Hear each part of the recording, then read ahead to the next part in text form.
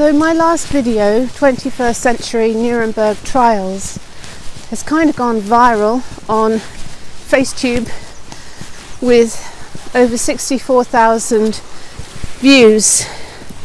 So obviously the message has captured the imagination. Come on, Kobe. Kobe, come on. Little gap in the rock here. Good dog, good boy. I'm going to edit that to make it look like he obeys me. Anyway, yeah, so I realised that a lot of you have maybe landed into my video world without having seen all of the previous videos. So it's a bit like coming into a kind of homemade Netflix series, watching episode 5 of series 2 without having any context. So I thought I would just in this video do a very quick summary of what I believe is going on. Where to start? Now, I could start back in the 16th century with Henry VIII and the Reformation, where power was wrested from the Vatican in Rome, where all of the monasteries in Britain were taken from the church and turned into public schools. Because if you want to create a patriarchal control system, you need a machine which perpetuates the elite who are going to run the system. So what you really need is an education system which at one end produces the elite, aristocracy, most intelligent, who are trained in the metaphysical principles of power. And at the other end of the system, you need education, which is about command, control, compliance. So that's kind of a form of educational brainwashing, teaching people to get up, get in on time at 9 a.m, work through till 5 p.m, wear a suit and tie, all of that kind of command, compliance stuff. Yeah, so we could start there, but I guess the 16th century to date might be a bit boring. So instead, let's start in 2016. And this is the video which I mentioned in my very first video on this, my video rant called Rachel Speaks Out, which was on the 9th of September 2020, which started all this. And I referred to a digital marketing conference at which Dominic Cummings spoke, and he explained how Brexit was won. So I'm now actually going to play you that video, because all of this is hidden in plain sight. It's all there, and that's part of it. It's all hidden in plain sight. It's just most people don't bother to look.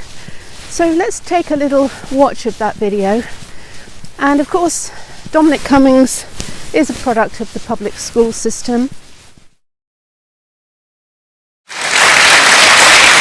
Summer 2015, I was sitting at home, happily unemployed, in the garden, having a beer, and I started to get phone calls. The election had just happened a couple of days earlier.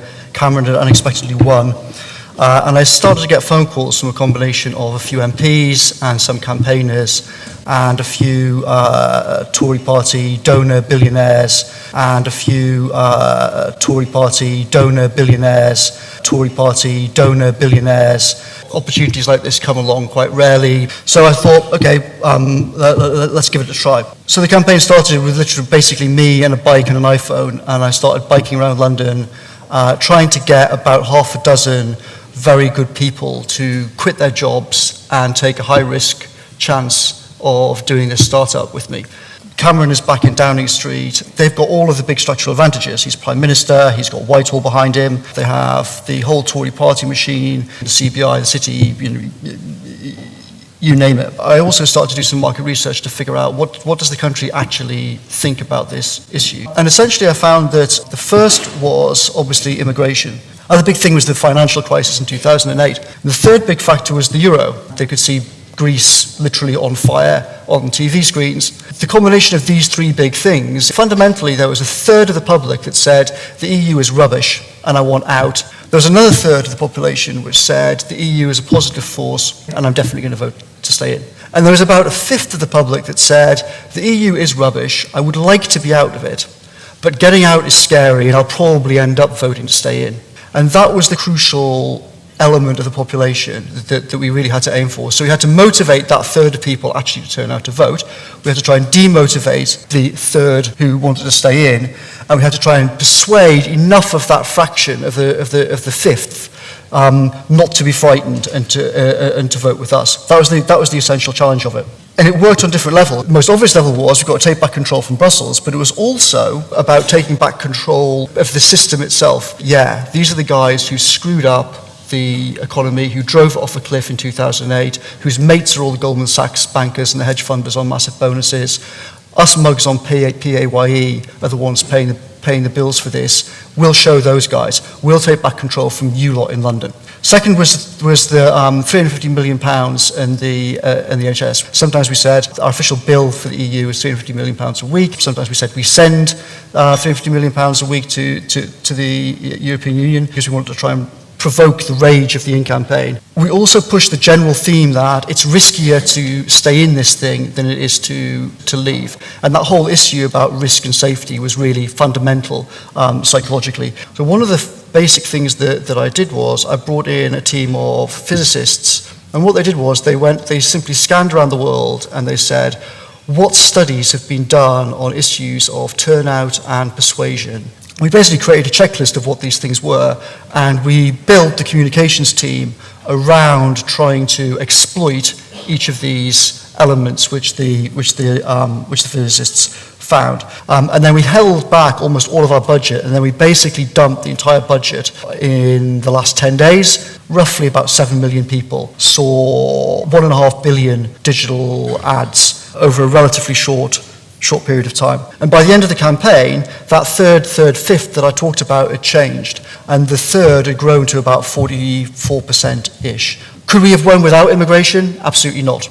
All the parties are trying to learn from some of the things that we did, but I think the future will be a combination of essentially sort of experimental psychology and data scientists. The Tory party is run by people who basically don't care about people. I know a lot of Tory MPs, and I'm sad to say the public is basically correct. Tory MPs largely do not care about these poor people. They don't care about the NHS. Do you ever feel guilty about what you've done? No, not in the slightest. No, not in the slightest. No, not in the slightest. So there's a few telling things about that video. Firstly, he was commissioned by a billionaire backer along with other MPs. He was also tasked to assemble a team. And any good marketing person knows that what you really need is a great front man, a great sales guy. And so who better to pick than his mate Boris Johnson, hugely ambitious, ruthless, sociopathic, who would be prepared, like most really good salespeople, to say anything and do anything to get the deal done. So 2016 Brexit was a really interesting, fascinating political experiment, or rather should I say power experiment, because in winning Brexit and using social media, the power of marketing influence, Dominic Cummings, Boris Johnson and co proved to the world, they established the formula of how to win elections, how to influence the public through clever psyops, through social media, through powerful messaging. Because you see, the masses, the uneducated masses, or rather should I say the masses who are educated in command and control and compliance, who are more than happy to follow orders because that's how they've been trained and conditioned. All you have to do is win over the masses, and hey presto, you get a landslide election result. And that's what happened in 2019. Do you remember in that general election campaign, Boris Johnson signalling very powerfully that he intended to recruit, I think it was 10,000 new police officers and 10,000 new nurses? Did you wonder why 10,000 new police officers would be needed? Did you think, Why will 10,000 extra nurses be needed? Interesting, isn't it? We were being conditioned and primed. No one stopped to ask, why are we going to need so many more police? Why are we going to need so many more nurses? And literally, almost as soon as that election was won, the button was pressed on the Great Reset, and the virus was released in China. And I do think it was released. I think it was released from a lab, and it was spread. You remember in the early days, masks don't work, improving your immune system won't work. They wanted it to spread far and wide because they needed something to hook onto. They needed an excuse to be able to introduce draconian command and control measures. So essentially what we have is capitalists who are bankrolling the political puppets. They've learned how to gain power, and now they are using that power across the world with all of the puppets they've put in place. Boris Johnson, Justin Trudeau, Joe Biden. They're all the kind of sales guys that you'd put in the car showroom, aren't they? Think about it. These are all the sales guys. Good at talking, good at delivering messages, pretty cool and charming and charismatic in their own perverse way. And so they are the ones who are the front men who are pushing through the World Economic Forum agenda. And of course, I've mentioned it before, look at all the strategic partners and members of the World Economic Forum who are driving through this great reset. The World Economic Forum is bankrolled by the world's top 1,000 companies, and just look at its strategic partners: Facebook, Google, Reuters, AstraZeneca, Pfizer, Bill and Melinda Gates Foundation. It doesn't take much to work it out. And the most chilling thing is that at Davos the week before last, Klaus Schwab had much pleasure in introducing Xi Jinping, who is the president of China, to us. And I'm sure you don't need me to tell you about how China runs its country. And I think we need to go way beyond communism, fascism, all of those political labels. This is totalitarianism. This is a hostile corporate global takeover bid, and that is what is driving the engine of all of this. So of course I could go further into that detail, but I just want to plant the seed so that you have conscious awareness of what's going on, so you start to question, start to see through, start to do some more research, start to look into what is behind this, because we are amidst, as I say, a global hostile takeover bid. And what is the solution? The solution lies with us, the people.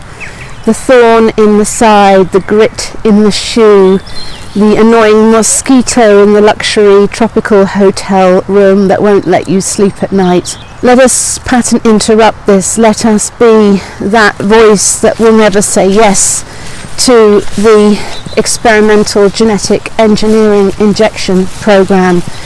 Let us stand strong and come together.